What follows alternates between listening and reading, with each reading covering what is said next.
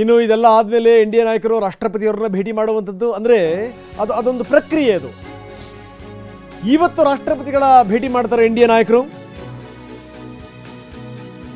ಹೊಸ ಸರ್ಕಾರ ರಚನೆಗೆ ಮೋದಿಯವರು ಹಕ್ಕು ಮಂಡಿಸುವಂತ ಸಾಧ್ಯತೆಗಳಿವೆ. ಅಮಿತ್ ಶಾ, ರಾಜನಾಥ್ ಸಿಂಗ್, ಜೆ.ಪಿ. ನಡ್ಡಾ ಸೇರಿದಂತೆ ಎನ್ಡಿಎ ಮಿತ್ರಕೂಟದ ನಾಯಕರುಗಳು.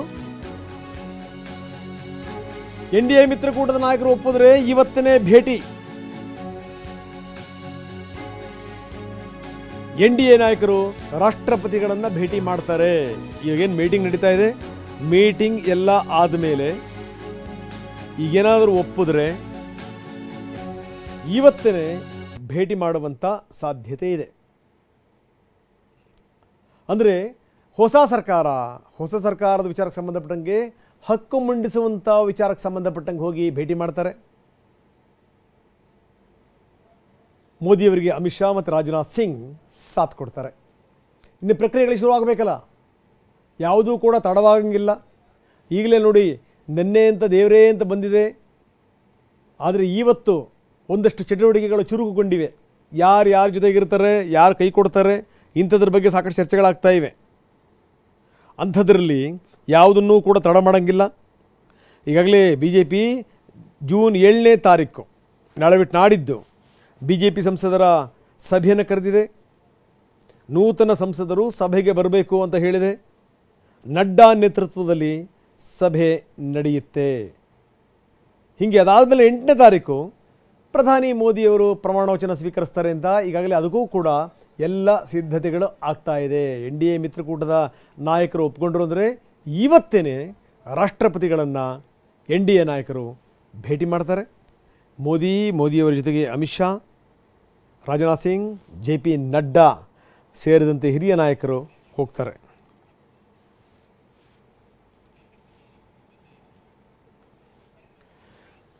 ಹೊಸ ಸರ್ಕಾರದ ರಚನೆಗೆ ಮೋದಿ ಹಕ್ಕು ಮಂಡಿಸುವಂಥ ಸಾಧ್ಯತೆ ಇದೆ. NDA ನಾಯಕರು ಎಲ್ಲರೂ ಸೇರಿಕೊಂಡು ಇವತ್ತು ರಾಷ್ಟ್ರಪತಿಗಳನ್ನು ಭೇಟಿ ಮಾಡ್ತಾರೆ. JP ನಡ್ಡಾ, ಅಮಿತ್ ಶಾ ಇವರೆಲ್ಲರೂ ಕೂಡ ಪ್ರಧಾನಿಯವರಿಗೆ ಸಾಥ್ ಕೊಡ್ತಾರೆ. ಇವತ್ತು ರಾಷ್ಟ್ರಪತಿಗಳನ್ನು ಭೇಟಿ ಮಾಡ್ತಾರೆ NDA ನಾಯಕರುಗಳು. ಒಂದು ಪದ್ಧತಿ ಇದೆ. ಸಾಮಾನ್ಯವಾಗಿ ಒಂದು ಸರ್ಕಾರ ತನ್ನ ಅವಧಿಯನ್ನು ಮುಗಿಸಿದ ನಂತರ ಹೊಸ ಸರ್ಕಾರ ರಚನೆಗೂ ಮೊದಲು ಯಾರ್ಯಾರಿದ್ದರೂ ಅವರ ಕ್ಯಾಬಿನೆಟ್ನಲ್ಲಿ ಜೊತೆಗೆ ಹಿರಿಯ ನಾಯಕರುಗಳು ಯಾರ್ಯಾರಿದ್ದರೂ ರಾಷ್ಟ್ರಪತಿಗಳು ಒಂದು ಔತಣಕ್ಕೂ ಕೂಡ ಕರೀತಾರೆ. ಸೊ ಬಹುಶಃ ಏನು ಅಂದರೆ ಅದು ಕೂಡ ಆಗಬಹುದು. ಜೊತೆಗೆ ತಮ್ಮ ಹಕ್ಕನ್ನು ಕೂಡ ಮಂಡಿಸಬಹುದು. ಇದೆಲ್ಲದರ ಜೊತೆಗೆ ಈ ಮಿತ್ರ ಪಕ್ಷಗಳು ಏನೇನು ತಮ್ಮ ಅನುಮತಿ ಪತ್ರವನ್ನೇನು ಕೊಟ್ಟಿರ್ತವೆ, ನಾವೆಲ್ಲರೂ ಕೂಡ ಮಿತ್ರ ಪಕ್ಷಗಳು ಒಟ್ಟೊಟ್ಟಾಗಿದ್ದೀವಿ ಅನ್ನುವಂಥದ್ದು, ಅದನ್ನು ರಾಷ್ಟ್ರಪತಿಯವರಿಗೆ ಕೊಡಬಹುದು ಅಂತ ಈ ಮುಖಾಂತರ ಹೊಸ ಸರ್ಕಾರ ರಚನೆಗೆ ಹಕ್ಕು ಮಂಡಿಸುವಂಥ ಸಾಧ್ಯತೆ ಇದೆ.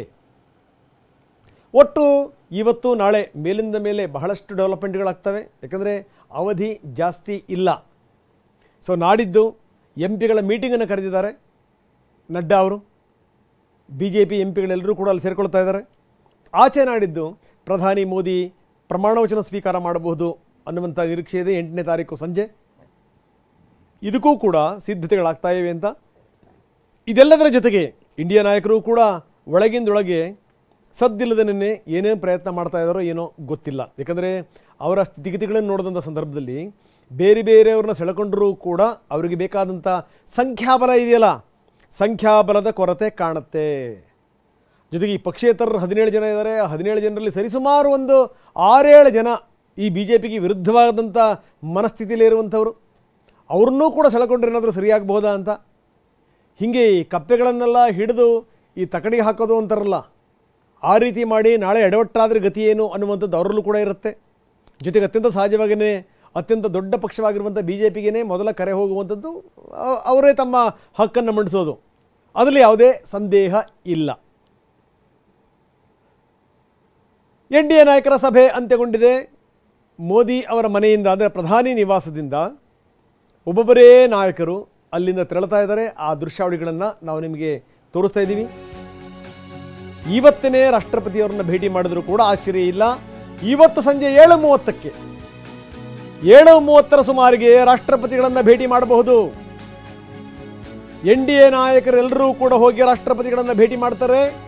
ಹೊಸ ಸರ್ಕಾರ ರಚನೆಯ ಹಕ್ಕನ್ನು ಮಂಡಿಸ್ತಾರೆ.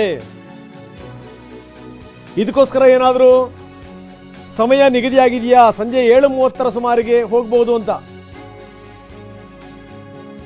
ಈಗ 7:30ರಿಂದ 7:45ಕ್ಕೆ ಹೋಗಿದೆ. 7:45 ಸುಮಾರಿಗೆ 7:45 ಸುಮಾರಿಗೆ ರಾಷ್ಟ್ರಪತಿಗಳನ್ನು ಭೇಟಿ ಮಾಡ್ತಾರೆ. ಹೊಸ ಸರ್ಕಾರ ರಚನೆಯ ಹಕ್ಕನ್ನು ಮಂಡಿಸ್ತಾರೆ. ಅಲ್ಲಿಗೆ ಒಂದು ಹಂತ ಸುಸೂತ್ರವಾಗಿ ಆಗ್ತಾ ಇದೆ.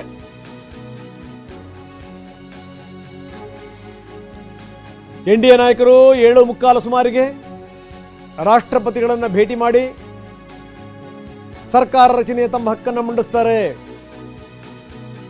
ನಿಗದಿಯಾಗಿದೆ ಸಮಯ.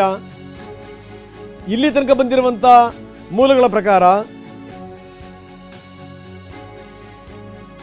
7:45ಕ್ಕೆ ರಾಷ್ಟ್ರಪತಿಗಳನ್ನು ಭೇಟಿ ಮಾಡ್ತಾರೆ ಅನ್ನುವಂಥ ಮಾಹಿತಿ ಇದೆ. ಲೀಡರ್ಸ್ ಎಲ್ಲ ಈಗ ಒಬ್ಬರಾದ್ಮೇಲೆ ಒಬ್ಬರು ಹೋಗ್ತಾ ಇರುವಂಥದ್ದು. ಮೀಟಿಂಗ್ ಮುಗಿಸಿ ಪ್ರಧಾನಿಯವರ ನಿವಾಸದಿಂದ ನಾಯಕರುಗಳು ತೆರಳುತ್ತಾ ಇದ್ದಾರೆ. ಆ ದೃಶ್ಯಾವಳಿಗಳನ್ನು ನಾವು ನೋಡ್ತಾ ಇದ್ದೀವಿ. ಏನೇನು ಕಸರತ್ತುಗಳಿದೆಯೋ ಒಳಗಿಂದೊಳಗೆ.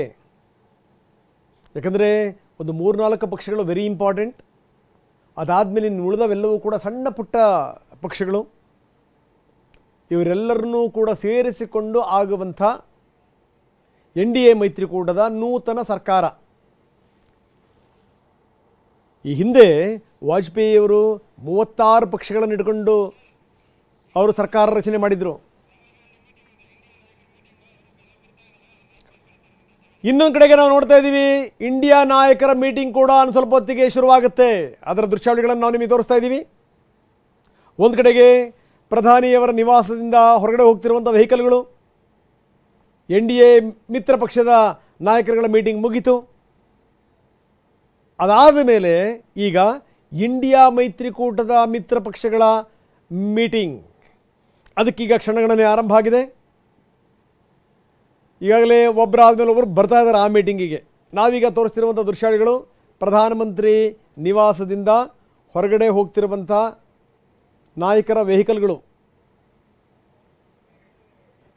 ಇನ್ನೊಂದು ಕಡೆ ನೋಡ್ತಾ ಇದ್ದೀವಿ, ಇಂಡಿಯಾ ಮೈತ್ರಿಕೂಟದ ನಾಯಕರುಗಳ ಮೀಟಿಂಗ್ ಕೂಡ ಇನ್ನು ಸ್ವಲ್ಪ ಹೊತ್ತಿಗೆ ಶುರುವಾಗುತ್ತೆ.